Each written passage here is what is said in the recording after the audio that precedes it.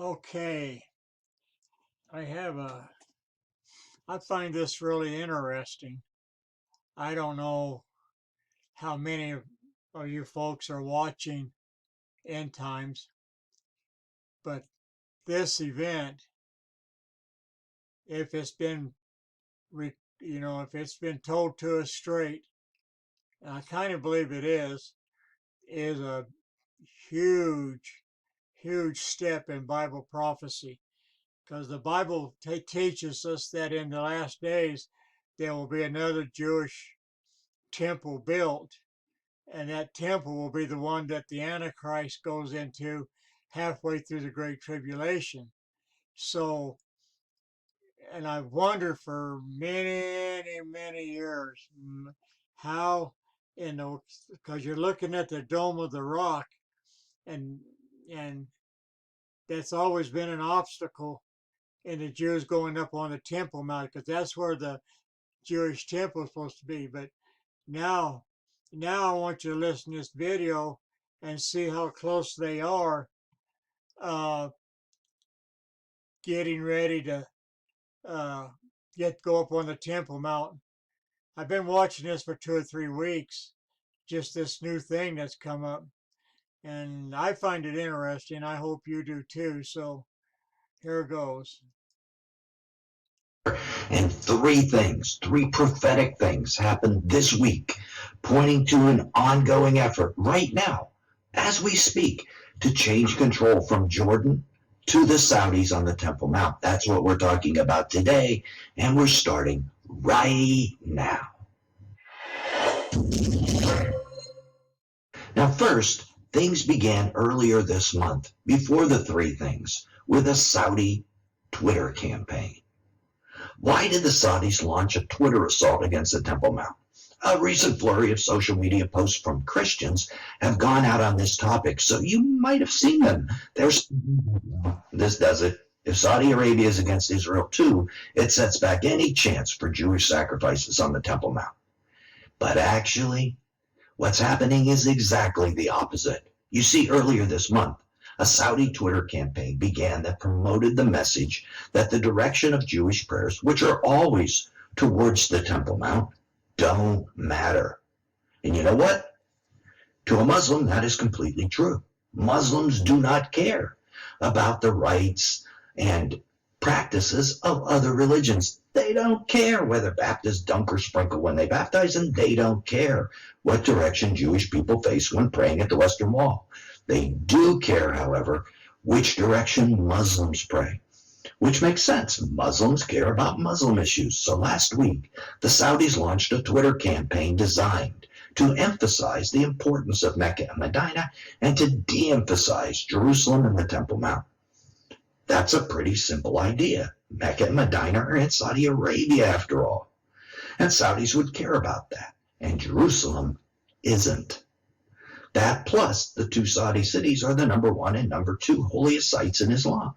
The Temple Mount is the holiest site to the Jews, the place where the 2 ancient temples stood. But it is considered only the 3rd holiest site in Islam, the spot where the Prophet Muhammad supposedly ascended to heaven. And there is even dispute about that in Islam. And that's what the Saudis are playing up in this Twitter assault. Things about Muslims, not about Israel at all.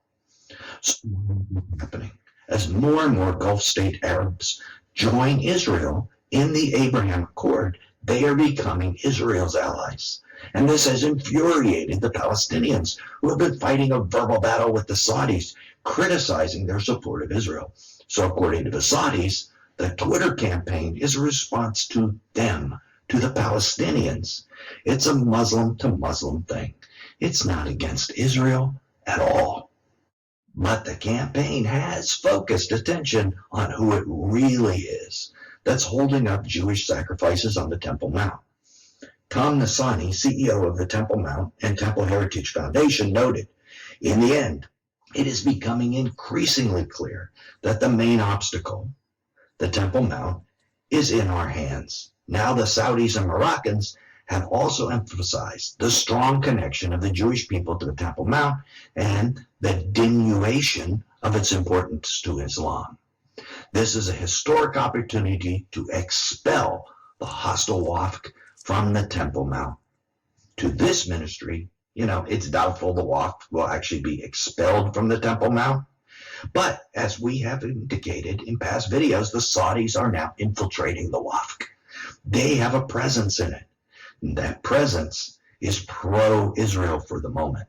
Other than the sacrifice and worship on the Temple Mount, what else does Israel stand to gain by Saudi control? Well, the Saudis have promised tens of billions of dollars to help restore Jerusalem and the Temple Mount. And in exchange, the Saudis want to be the senior representative on the Wafd. Israel also wants to decrease the influence of those hostile to it.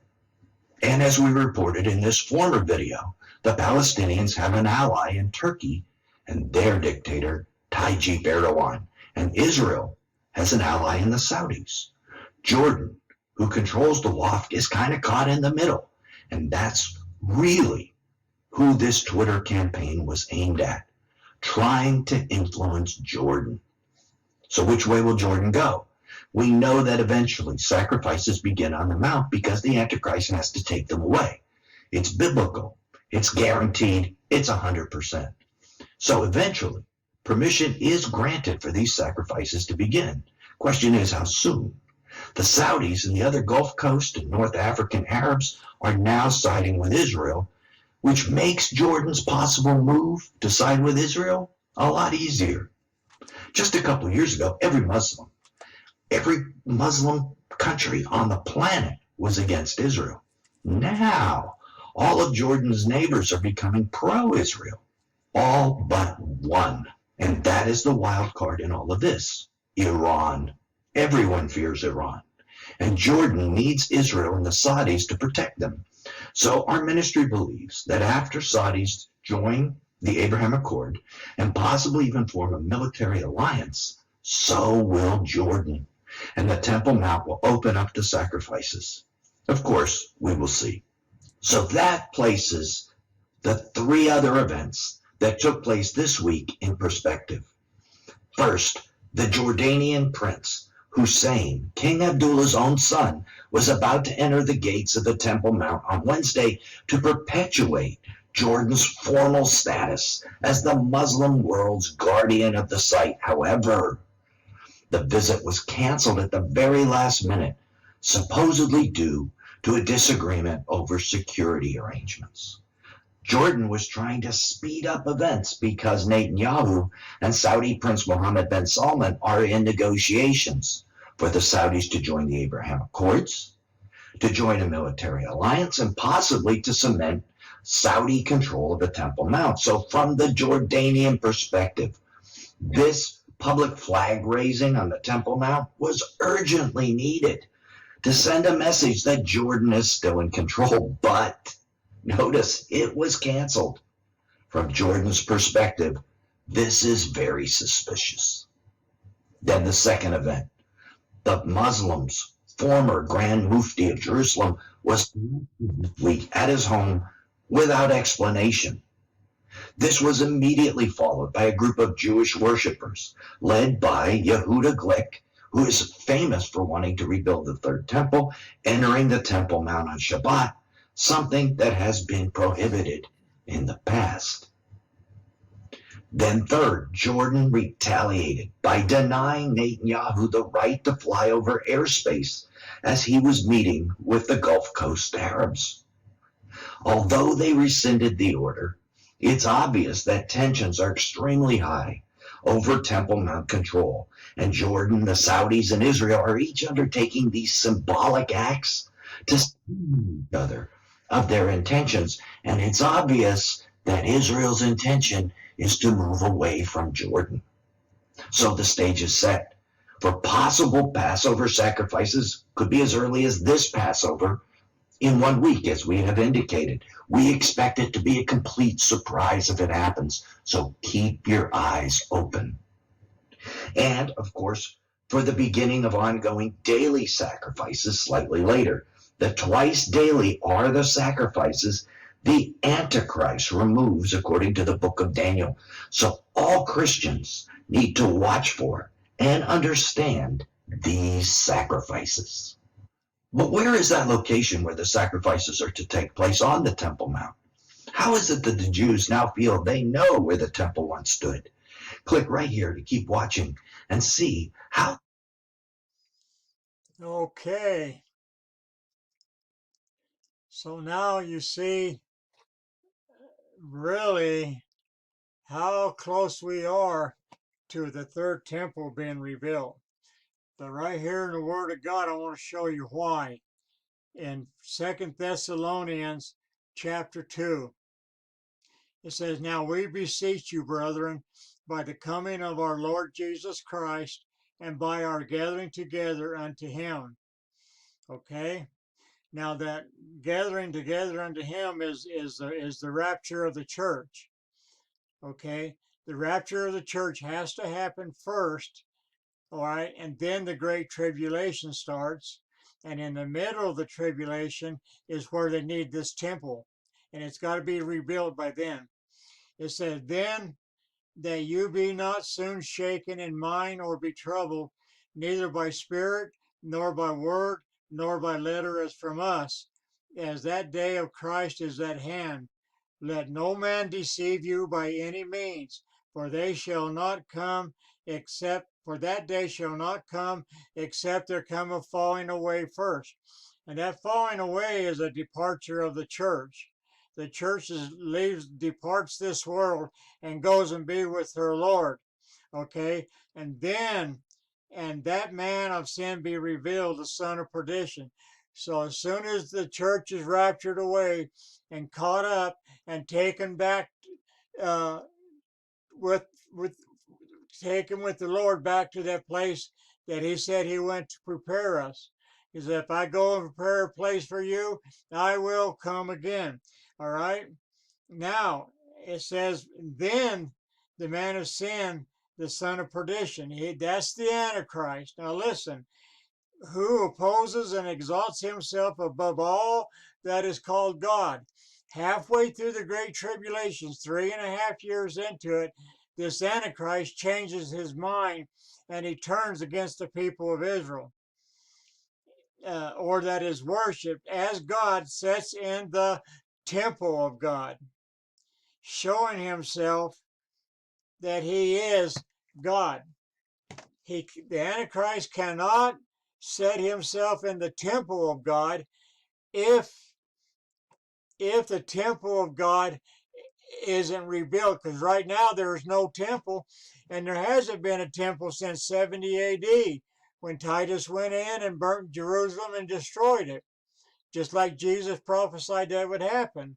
So when the rapture comes, then the man of sin, the Antichrist, is revealed. He makes a peace treaty. He signs it with many, according to the book of Daniel, and they're all saying, "Yay, yay, peace and security." But the Bible teaches that sudden destruction comes upon them. The peace and treaty that they made with this Antichrist is Antichrist. Jesus said when he was alive here on the earth, he said, "I come to you in my Father's name, and you rejected me. But there's one that will come in his own name, which is the Antichrist. Him you will receive." So they receive him. They trust him to be the long-awaited Messiah, Jesus the Christ, but he's not. He's Antichrist. And for 3.5 years, there seems to be a sort of a peace time, but 3.5 years into it, the Antichrist breaks his peace treaty and he goes into the temple of God that's being talked about right now, being rebuilt after almost 2,000 years. All right. And he sets himself up as he is God. Okay. And so this is very, very, very important. And I've been watching it, like I said, this part of it for 2 or 3 weeks. And it looks to me like a lot of things uh, could be happening right now. So this is the Dome of the Rock, and then you got that Alaska moss that's over there somewhere, and the Muslims are now saying it's not important to them. Praise God. Praise God. He's going to build this temple. It's one of the sure signs. I don't know if it'll be after the rapture or just before the rapture, but somewhere it's going to be built and the Antichrist is going to enter it. So praise God, and I hope this has been a blessing to you. Amen.